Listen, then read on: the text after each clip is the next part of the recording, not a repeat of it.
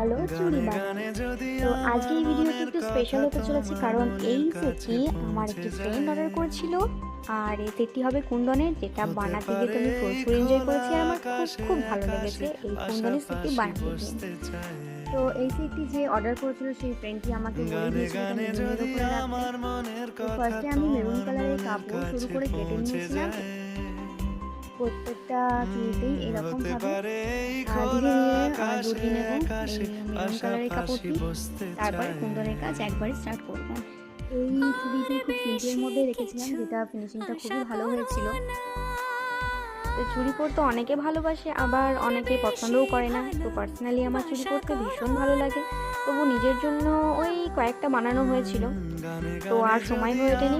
তো এই অর্ডারটা আসা মাত্রই আমি আর হাতছাড়া করিনি অর্ডারটা নেওয়ার জন্য। তো বানাতে বসে পড়েছিলাম।